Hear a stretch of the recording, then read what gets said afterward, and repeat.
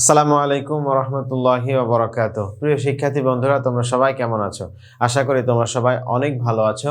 Basic question and অ্যানসারের আরো একটি পর্বতে আত-তাদরিস অনলাইন মাদ্রাসার পক্ষ থেকে তোমাদের সবাইকে জানাচ্ছি শুভেচ্ছা ও অভিনন্দন। যারা আমাদের ক্লাসগুলো নিয়মিত দেখছো, আশা করি তোমরা সবাই অনেক এনজয় করছো এবং ক্লাসগুলো থেকে তোমরা ঘরে বসে ইংরেজি শিখতে পারছো।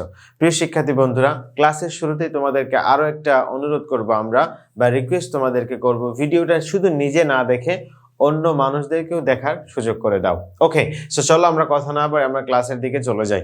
আজকে আমরা দেখতে দেখতে চলে এসেছি তো question number 81, I mean 81 number প্রশ্নে কিন্তু আমরা চলে এসেছি। ও মাই গড, 81টা প্রশ্ন আমরা করে ফেলেছি। প্রিয় শিক্ষার্থী বন্ধুরা, দেখো আজকে আমরা শিখবো do you like being asked questions, অর্থাৎ তুমি কি অনেক প্রশ্ন করতে পছন্দ করো? দেখেন, অনেক মানুষ কিন্তু আছেন যারা অনেক প্রশ্ন করে, আবার অনেক মানুষ আছেন যারা প্রশ্ন করে না, শুধু ক্লাস করে বসে থাকে, যতটুকু বুঝলো দ্যাটস এনাফ। আবার অনেকে আছে জানার ইচ্ছে থাকে অনেক বেশি।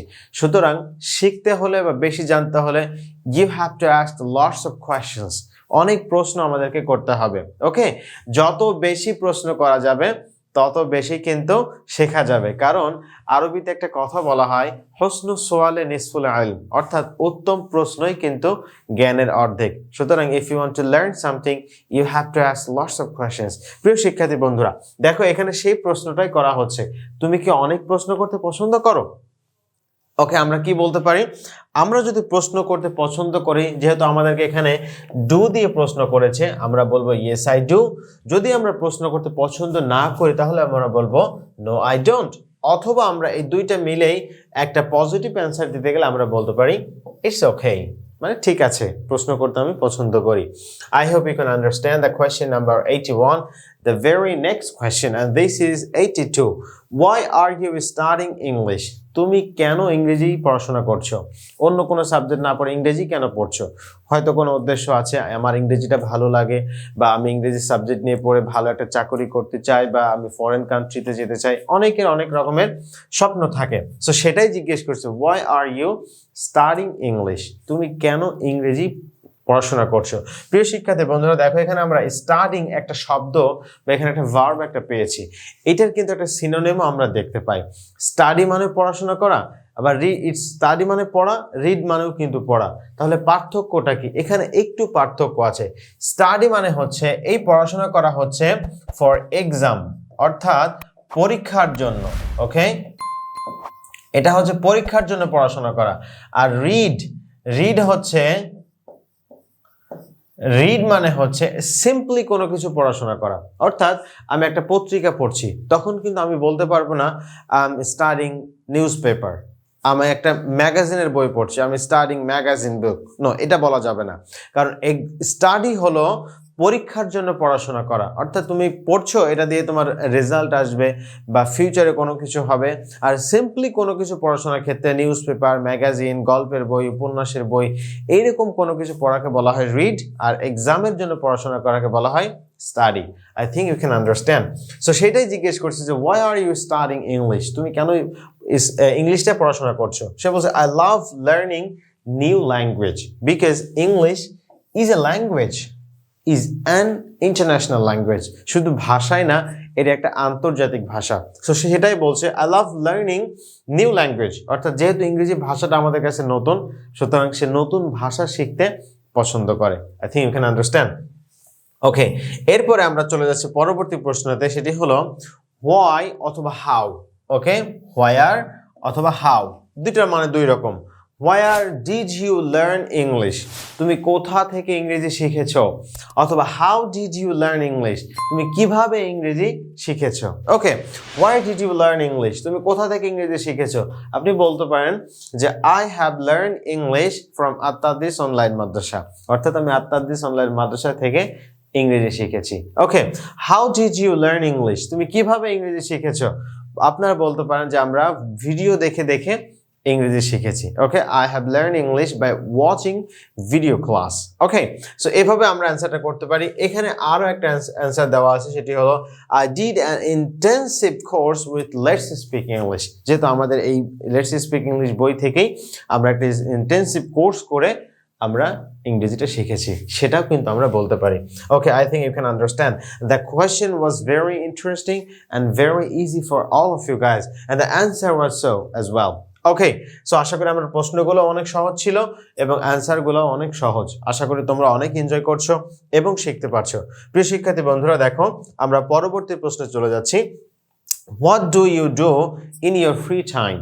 এখানে আমরা আরো একটা কথা কিন্তু বলতে পারি free time What do you do in your free time? তুমি তোমার অবসর সময় কি করো আমরা অবসর সময় অনেকেই গেম খেলি অথবা ক্রিকেট খেলি অথবা আমরা বই পড়ি অথবা ঘুমাই অথবা বন্ধুদের সাথে আড্ডা দেই ফ্যামিলির সাথে সময় কাটাই এরকমভাবে অনেক কিছু কিন্তু আমরা করি সো সেটাই বলছে যে What do you do in your free time মানে অবসর সময় এই ফ্রি টাইম এই জায়গাটা কিন্তু আমরা আরো একটা বলতে পারি leisure time leisure time মানেও কিন্তু ফ্রি টাইম ফ্রি হচ্ছে সিনোনিম একটা leisure so what do you do in your free time অথবা what do you do in your leisure time ওকে তার মানে তুমি তোমার অবসর সময়ে কি করো সে কি বলছে I don't have any free time. I mean, যারা খুবই ব্যস্ত মানুষ সারাদিন কাজ করে অফিস করে রাতে এসে ঘুমায় অর্থাৎ অনেক মানুষ আছে ব্যস্ত সো সেই মানুষগুলো কি বলবে I don't have any free time. আমার কোনো অবসর সময় নাই সারাদিন কাজে ব্যস্ত থাকি হয় না এরকম অথবা যদি আমাদের ফ্রি টাইম থাকে আমরা বলতে পারি I usually hang out with my friends মানে সচরাচর বা সাধারণত আমি আমার বন্ধুদের সাথে হ্যাং আউট করি অর্থাৎ আমি বন্ধুদের সাথে ঘুরতে যাই আড্ডা দেই একসাথে আমরা গল্প করি সময় কাটাই something like that so এইভাবে আমার মতো করে আপনার যেটা পছন্দ I usually play cricket in my free time I usually read my book in my free time I usually sleep in my free time এইভাবে করে যার যেটা আমরা করি সেটা আমরা এখানে যুক্ত করব I think you can understand so the very last question for this class and this one 85 নম্বর প্রশ্ন আমরা আজকে দেখব how is it going it's really interesting question how is it going এটা একটা ইনফর্মাল অর্থাৎ খুবই ক্লোজ মানুষের সাথে এটা ব্যবহার করা যাবে ফর্মাল সিচুয়েশনে কিন্তু ব্যবহার করা যাবে না how is it going মানে হচ্ছে how are you দেখেন এখানে আমরা দেখতে পারি how are you how are you how is it going how are you আমরা অনেকেই বলি how are you দেখেন how are you টা ব্যবহার করতে করতে এমন একটা সিচুয়েশন হয়ে গেছে মনে হচ্ছে how are you টা একটা বাংলা বাক্য পরিণত হয়ে গেছে রাইট সো সবাই তো how are you ব্যবহার করে আমরা চাইলে কিন্তু আর একটু সুন্দর করে স্মার্ট করে বা একটু ডিফারেন্ট ভাবে ব্যতিক্রম করে কিন্তু আমরা বলতে পারি প্রিয় শিক্ষার্থী বন্ধুরা একটা কথা তোমাদের মাথায় রাখতে হবে যে you have to be a different person than others তোমাকে বা আমাকে একটু ব্যতিক্রম মানুষ হতে হবে সবার মধ্যে যেটা আছে আমার মধ্যেও যদি সেটা থাকে তাহলে মানুষ আমাকে দাম দিবে না মানুষ আমাকে ভ্যালু করবে না অর্থাৎ সবার মধ্যে যেটা আছে আমার মধ্যেও থাকবে কিন্তু একটু ব্যতিক্রম জিনিস আমার মধ্যে থাকবে তবেই মানুষ তোমাকে ভ্যালু করবে রাইট সো আমরা সবাই তো বলে হাউ আর ইউ আমরা আজকে থেকে হাউ আর ইউ না বলে ইনফর্মাল সিচুয়েশন অর্থাৎ বন্ধুসুলভ ক্লোজ মানুষের সাথে আমরা কিন্তু বলতে পারি হাউ ইজ ইট গোয়িং যারা নেটিভ স্পিকার এটাকে খুব সুন্দর করে হাউ ইজ ইট গোয়িং তারা এভাবে না বলে how is it going hey how is it going মানে হাউ আর ইউ মানে কেমন চলছে সে কি বলতে পারে গ্রেট couldn't be better দেখেন হাউ আর ইউ বলে আমরা সিম্পলি কি বলি I am fine I am good I am okay absolutely fine এভাবে করে আমরা অ্যান্সারটা করি আমরা চাইলে কিন্তু আরো স্মার্টলি আরো সুন্দরভাবে কিন্তু বলতে পারি গ্রেটটা আমরা যুক্ত করবো মানে সবকিছু ঠিকঠাক অনেক ভালো আছে couldn't be better মানে হচ্ছে everything is excellent everything is okay দেখেন প্রত্যেকটা লাইনে কিন্তু আমাদের নতুন নতুন কিছু ওয়ার্ড এখানে আসছে excellent great couldn't be better এই প্রত্যেকটা জিনিস কিন্তু আমাদের অনেকের কাছে নতুন হতে পারে অথবা হাউ ইজ ইট গোয়িং এটা হয়তো আমরা অনেকেই জানতাম না আশা করি আজকের ভিডিও থেকে তোমরা অনেক কিছু শিখতে পেরেছো এবং এগুলো আশা করি তোমাদের অনেক উপকারে আসবে সুতরাং শুধু শেখা পর্যন্ত অপেক্ষা না করে আমরা অবশ্যই ভিডিওগুলো দেখে শিখবো এবং প্রচুর পরিমাণে প্র্যাকটিস করব If you don't practice more and more, you won't be able to speak anymore. If you want to just speak English, you have to speak publicly. You have to learn after that practice. Inshallah, if you can do it, I think, and I'm sure about that, you will be a very good speaker on the inshallah. So that's all for today, guys. Thank you very much for watching this video. See you in the next class. Assalamu Alaikum wa rahmatullahi wa barakatuh.